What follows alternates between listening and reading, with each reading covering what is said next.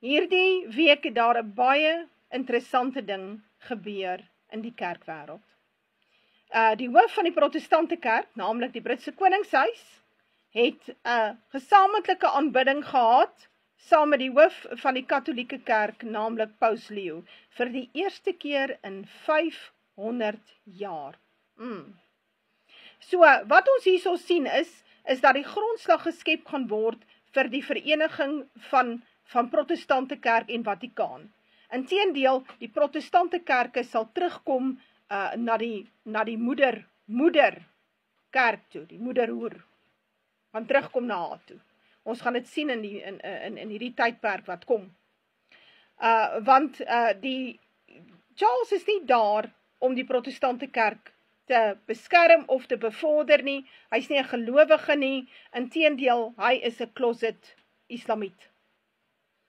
En mens kan in 'n mate verstaan, want 'n groot deel van sy statebond behoort eintlik, sy lede is daar, hulle praat van 400 miljoen moslems in die statebond.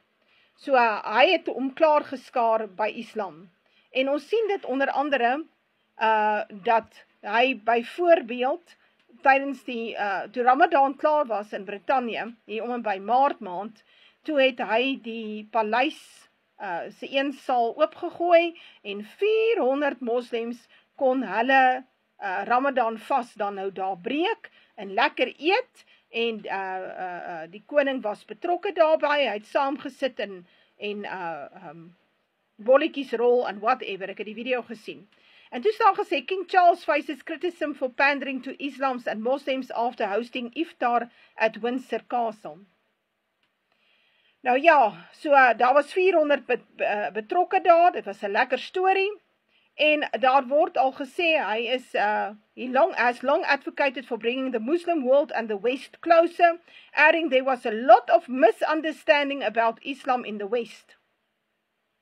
So, hy is pro-Moslem. So, die protestante kerk het klaar ingeskuif onder die katholieke kerk. En die katholieke kerk se alliansie is met islam. En Charles se alliansie is klaar met islam. Ons sien klaar dit hier.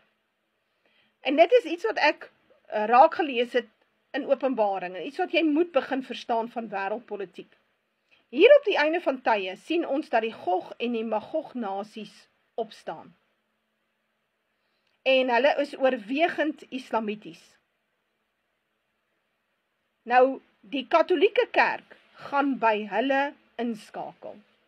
Die katholieke kerk gaan islam onder sy vlerk neem, want dit wat die katholieke glo, met betrekking tot Maria en die hele geloofsdienste wat hulle het, het kom eintlik alles daar van Babylon af, en dieselfde met islam. Het is alles hierdie aanbidding van ou gode, wat maar net nuwe name gekry het. So dit is reeds besig om te gebeur.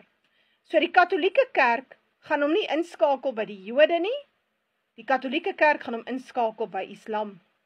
En hierdie, wat ons hierso sien, is alles tekens van in die laaste 5 jaar waar dit duidelik na vore kom, dat die katholieke kerk besig is met 'n vereniging van hierdie gelowe onder haar vlerk.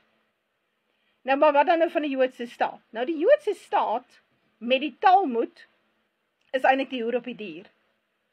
En hulle beheer eintlik die wêreld deur middel van 'n valse geloofstelsel, naamlik die Vatikaan, die bankstelsel, the City of London, en die militêre stelsel, naamlik Washington. Deur middel van daai 3 city states beheer die Jode wêreldpolitiek. En dit is hoekom die Bybel sê, Babylon hoereer met al die konings van die wêreld. Reg, dat die Vatikaan oral betrokke is waar, dit is so. Maar is baie duidelik dat hulle nie vreeslik beheer het oor die Joodse staat nie, veral nie in die laaste 20-30 jaar nie, het hulle hou vas op die Jode al hoe meer begin slip. So die Jode wil ook 'n valse priesterorde oprig. So al die jare was die Katolieke Kerk die valse priesterorde stelsel, die protestante het dit herken in die 15de eeu, en hulle verklaar as die antichrist, hulle herken wie hulle is, volgens Daniël 7 en Openbaring 13, en dit so verklaar. Jou voorgeslagte, hulle het geweet, predikante van vandag weet nou nog nie, so hoe is dit dan nou moontlik? Wys jou maar net hoe dwaal hulle. Die Joodse staat wil sy mag uitbrei, sy grondgebied uitbrei. Hy wil 'n Greater Israel hê. Dan is sy volgende plan is om 'n sogenaamde derde tempel op 'n manier op te rig. Hoe hy dit gaan doen, weet ek nie, want hy moet die Al-Aqsa moskee daarvoor platstoot. Dit gaan groot onrus veroorsaak. Maar dis die sogenaamde plan op die tafel. Daar sal nou 'n derde tempel kom, en daar's 'n valse priesterorde wat nou daar gaan opgerig word, en hulle sal nou in die derde tempel nou diens doen aan offerhandes en what have you, dit wat Jesus afgeskaf het 2000 jaar terug, nee, dit gaan hulle terugbring. En die Sanhedrin sal dan heers oor die wêreld deur middel van howe, waar hulle die Noahide laws toepas. Dit is hulle plan. En hierdie twee valse priesterordes is besig om teenoor mekaar op te staan. Die Joodse staat en die Vatikaan. En dit is nie nou al baie duidelik nie, maar dit sal duideliker raak in die toekoms. Ons weet byvoorbeeld die Jode wou nie, die Joodse regering het geweier om 'n afvaardiging te stuur na die laaste paus se begrafnis. En van die laaste paus het hulle gekritiseer oor Palestina, want die paus se alliansie is maar met Islam. Dit is waar hulle geloofsbasis vandaan kom, en Islam se geloofsbasis kom daar uit Babylonië uit. So die klomp is almal saam.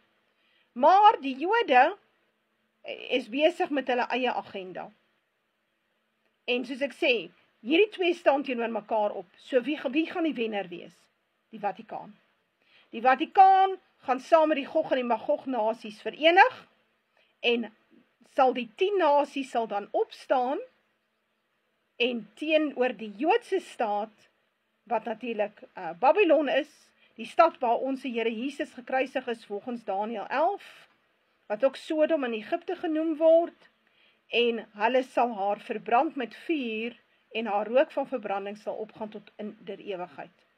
Maar die Vatikaan sal oorleef tot in die volgende bedeling. Want baie mense dink is nou die wederkoms, of daar's 'n wegraping, dit is nie so nie. Daar is nog 'n bedeling wat kom. En die groot probleem is, die ouens dink, die herstel van Israel was in 1948, wat 'n absolute leuen was. Die herstel van Israel sal plaasvind midde in die derde wêreldoorlog, en dit is hoekom dit so mooi beskryf word in Openbaring 7, en dan lees ons dit ook in Esegiel 39. Maar wat jy moet onthou is, dat Charles het ingeval by die pausdom, openlik, dis nou openlik. Dit was voorheen, was dit verborge, maar nou is dit openlik. En hulle sal Islam bevorder waar hulle kan, en die paus het direkte opdragte, daar's direkte opdragte aan Charles gegee, tydens hierdie byeenkoms. Maak nie 'n fout nie. En ons sal sien dan nou hoe die agenda begin ontvou in die volgende aantal maande. Want dit is hoekom hierdie groot koppe so by mekaar kom. Want alle gesprekke kan afgeluister word, alle e-posse kan gehack word, alle WhatsApps, enige kommunikasie kan op 'n manier gehack word. En daarom kom hierdie ouens op hierdie wyse by mekaar, sodat hulle direkte bevele kan uitruil en die agenda ingelig word. En dit is wat ons hierso sien.